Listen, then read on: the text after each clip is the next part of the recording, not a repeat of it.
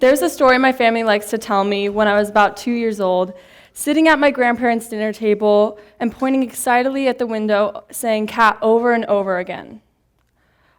Despite how hard everyone tried to find the cat that I so clearly saw, it took about 2 minutes for them to realize that it was just a shape in the window created from how the curtains draped. It wasn't long after that my parents began to notice that I visually picked up on things that they failed to see. Although I couldn't even remember the names of my closest friends until mid-grade school, I could describe everything that they wore that day or find specific facial features that two unrelated people had in common. As I made my way through school, I realized that my best note-taking strategy was one that involved colors and diagrams and pictures. By the end of the lesson, my paper would look something like this, and these are pretty mild examples.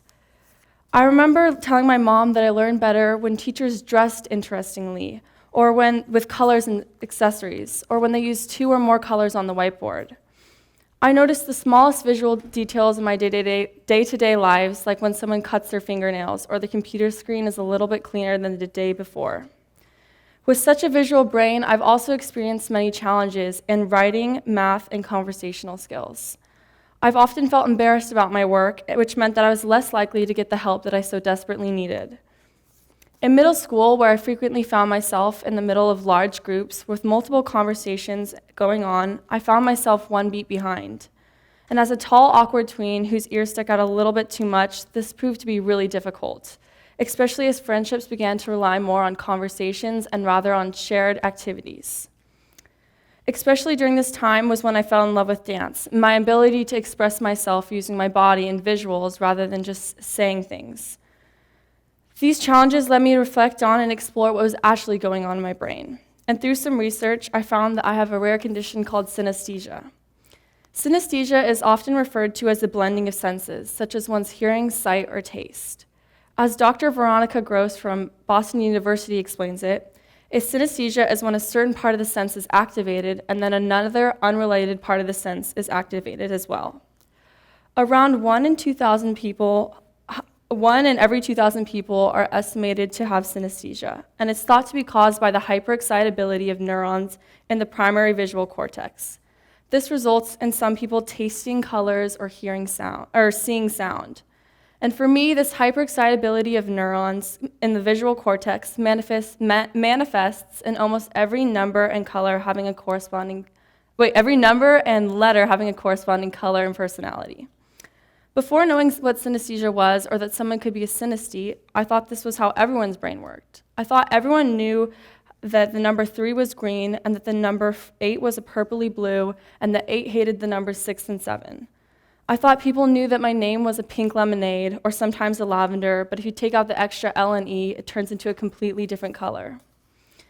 I assume people chose their favorite numbers by choosing the ones that had the most interesting color. So naturally mine's 57 because it's a perfect blend of orange, pink, and red. It reminds me of a cartoon desert or family road trips to my grandparents' house. I didn't realize that an image like this doesn't make everyone's skin crawl because the number 2 isn't red, it's yellow. There's not an abundance of research on synesthesia, but what we do know is synesthetes are obviously highly visual people. Synesthesia can be developmental or acquired, which means you can be born with it or you can experience it in certain situations. It's found in families, it's genetic, and has a pattern of Mendelian transmission. Scientists at Oxford University figured that with individuals with synesthesia required far lower levels of stimulation to see streaks of light in their vision. So basically, the amount of stimulation it takes for your brain to react to something is your threshold. By using electric currents in parts of the brain, researchers came to the conclusion that because synesthetes have a naturally lower visual threshold, it becomes easier for neurons to be fired and then correlate with another sense or experience. When I began to understand the unique way that my brain worked, I was able to experience more self-compassion for areas in which I struggled in. I was no longer embarrassed by my writing skills, knowing it wasn't a reflection of my intelligence, but simply a skill set that I fundamentally struggled with. This new information helped my parents understand how I learned and experienced the world. In fact, as I was talking to my mom about synesthesia one night, my dad chimed in saying that he experienced the same thing too. And we figured out that he had synesthesia as well. It was a profound realization that to my mom, after 20 years of marriage, she never understood that my dad experienced the world in this way. And it turns out he sees his day like a movie reel where each scene of his day is depicted with extreme visual detail. So when asked the simple question, "How was your day?" he's required to sift through massive amounts of information and then translate this information into words. This process can make his response delayed sometimes, which can be frustrating to both him and whomever is listening. Because of this conversation with my parents, my dad and I created a closer bond, and my mom, someone whose brain works more verbally, was able to understand how we interact and experience the world. With my newfound understanding and compassion, I began to be okay with where I was with my writing and conversation abilities, and gave myself permission to make mistakes in my attempt to improve.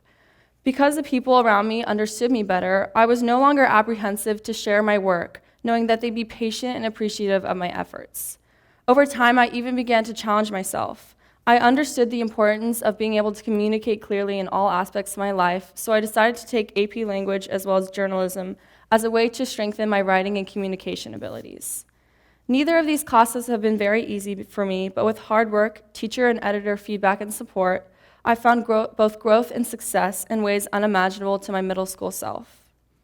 Our natural assumption that we all experience the world in the same way is a barrier to progress, understanding, and connection.